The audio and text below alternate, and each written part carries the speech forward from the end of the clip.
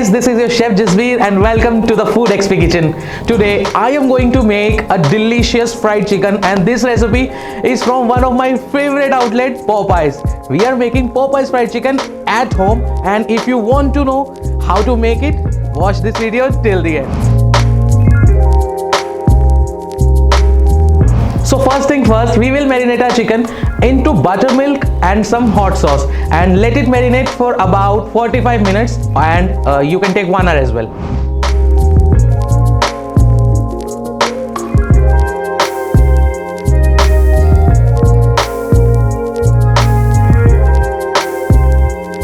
Let's make spicy flour dredge, so I am going to add all the spices into the flour and mix it well, and we will keep it aside.